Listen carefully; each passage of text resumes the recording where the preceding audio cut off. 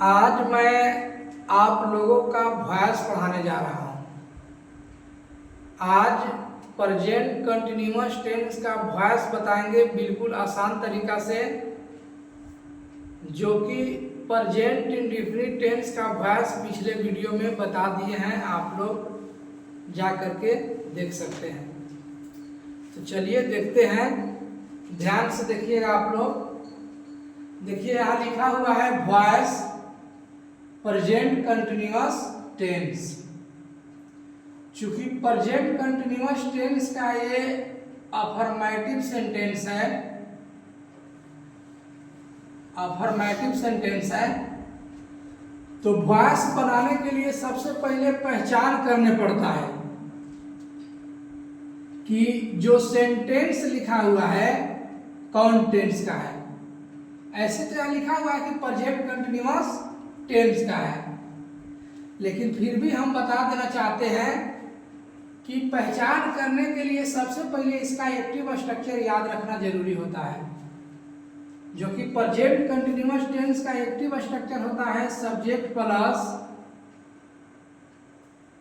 Is am are plus V4 plus object. यानी V4 कहने का मतलब है कि क्रिया का चौथा रूप यानी वर्ब में ing लगा रहेगा। तो चलिए सबसे पहले देखते हैं वाक्य को। देखिए यह आपका सब्जेक्ट हो गया, आई आपका सब्जेक्ट हो गया, एम आपका यानी आई सब्जेक्ट हो गया, एम आपका सहायक वर्ब हो जाएगा यानी हेल्पिंग क्रिया हो जाएगा, हेल्पिंग वर्ब। फिर इसके बाद में देखिए V4 है, फिर इसके बाद में ऑब्जेक्ट है। तो हम लोग और भी आसान तरीका से जान गए कि प्रेजेंट कंटिन्यूअस टेंस का अफर्मेटिव एक्टिव स्ट्रक्चर होता है subject plus is am are plus V4 plus object. जब एक्टिव स्ट्रक्चर जान गए और हम लोग सेंटेंस को पहचान लिए कि ये सेंटेंस प्रेजेंट कंटिन्यूअस टेंस का है, तो इसका पैसिव स्ट्रक्चर जानना बहुत जरूरी है, क्योंकि एक्टिव से पैसिव में बदलना है इसको। तो पैसिव स्ट्रक्चर चूंकि होता है ऑब्जेक्ट एभी का यानी एक्टिव वॉइस का,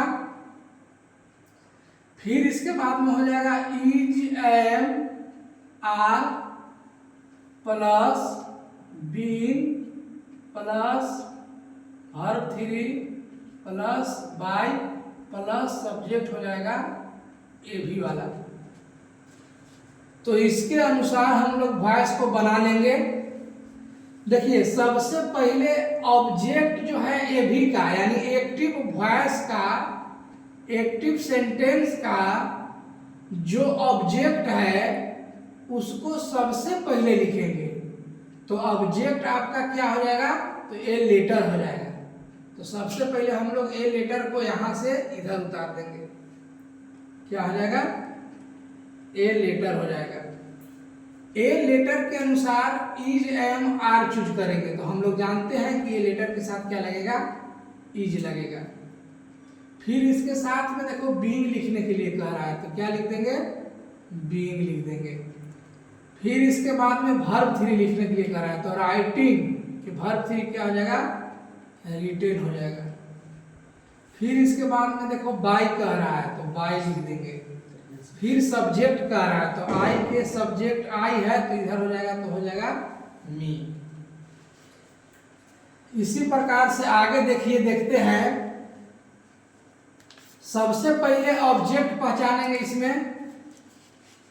तो ऑब्जेक्ट आपका दवाल हो जाएगा, वर्ब 4 पेंटिंग हो जाएगा और सब्जेक्ट आपका दे हो जाएगा। आर आपका सहायक क्रिया हो जाएगा यानी subject plus is am are plus V4 plus object. इसका स्ट्रक्चर है एक्टिव स्ट्रक्चर, तो प्रेजेंट कंटिन्यूअस टेंस का। तो इसका पैसिव बनाने के लिए सबसे पहले ऑब्जेक्ट लिखते हैं, तो क्या हो जाएगा, दवाल हो जाएगा। दवाल के बाद में इज लगेगा, हम लोग जानते हैं कि सिंगुलर है तो इज लगेगा।